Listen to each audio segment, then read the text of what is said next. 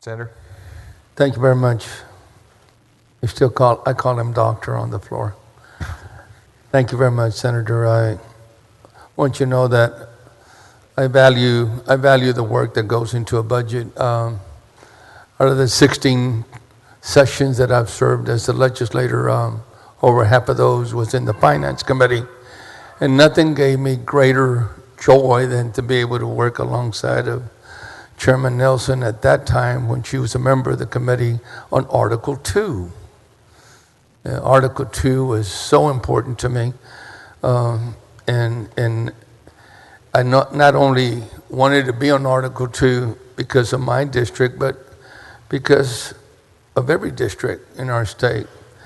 And I want to ask you forgiveness if sometimes I hear something, sometimes I don't, but I wanted to ask you, you might have been asked this, and I thought I caught it. Maybe you don't know the exact number, but how much Medicaid funding was actually reduced in this budget? The Medicaid Yes, services? Sir. Yes, sir. The total dollar amount for Medicaid services, client services, is 23.7 billion GR and 57.4 billion all funds. When you add in administrative, it's 25.6 billion GR, 62.4 billion all funds.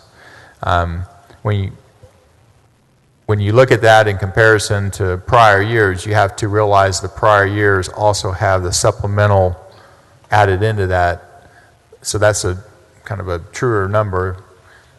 This budget, of course, is an estimate, and so you really have to assume that when we come back here in 2 years that we will have an additional expenditure that will have to be paid for in Medicaid. How much cost containment is on the backs of the dual eligible patients in this budget? Are you referring to the cost containment rider portion of that? Right. Yeah. The cost containment regarding the dual eligibles, it removes the exemptions for the state. When the state pays providers for dual eligibles, the difference between Medicare and Medicaid rates, that's $6.2 million general revenue, $6.2 million. Right. Yeah, with the 92% of Medicaid patients now enrolled in managed care, the fate of our Medicaid participating physicians is now inextricably tied to the plans, as you know, and Medicaid MCOs, particularly community-based ones, will not be able to absorb all the envisioned cuts. The contract cost reduction will certainly force plans to scale back value-based payments and contracted rates for office visits and procedures, harming the patient's access to service while dampening innovative programs to reduce costs. So I guess what I'm leading up to is what the general, GR cut from HHSC contracts are. Do you have a figure on that, on the contract?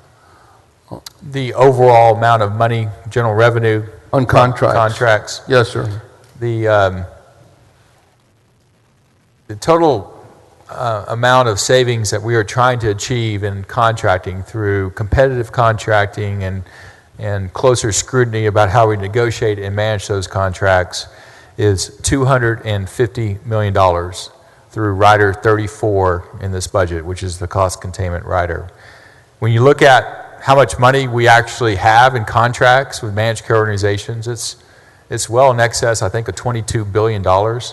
So $250 million relative to $22 billion is a very small percentage. And this was pretty well thought out. There was an extensive discussion and really leadership on this in the House side. And I want to recognize again Representative Capriglione and his interest in this. And also our health work group looked at this very carefully, and we brought in individuals from the rate-making process and how they went about step-by-step negotiating with the MCOs and developing their RFPs. And we really kind of hammered them a little bit about why they're not able to drive a harder bargain for the state of Texas. We're one of the, obviously the largest states. We have 22 managed care organizations in the state that are doing business in various regions. How can we utilize our power as a very populous state to drive a harder bargain with our managed care partners? And this was one of the ideas of being more competitive and being better with negotiating our contracts. I think it's completely appropriate and long overdue that we do so.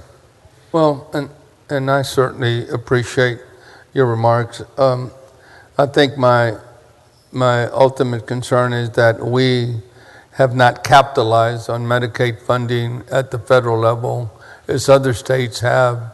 Louisiana and New Mexico and Arkansas, most of the states that surround Texas have. It's our tax dollars, it's our funds that are sitting there in the billions of dollars. And everywhere I've traveled in this state of ours, and that's the one issue that, health science center CEOs, presidents, doctors, clinics, everyone dealing with healthcare issues have come to the table with. I certainly, again, appreciate the work that's gone into this budget. I will be supporting the budget, but I will have major concerns and reservations about the fact that, we just, on the Medicaid side of it, is not what I wanted to see. I think Dean Whitmire's remarks every session that I can remember said, I want to see the face of Texas on this budget. And I certainly concurred. That was a saying started many years ago. It would be great to have, like we have a water plan for the state, is to have a healthcare delivery plan for the entire state. Senator Saffarini alluded to the wait lines. That was a discussion that we've had over the years as well.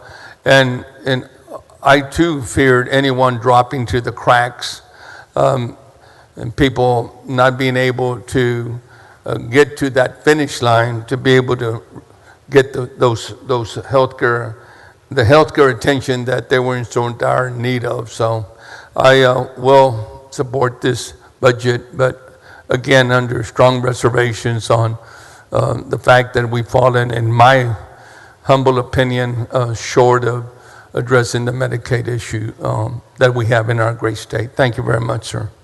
Thank you, Senator.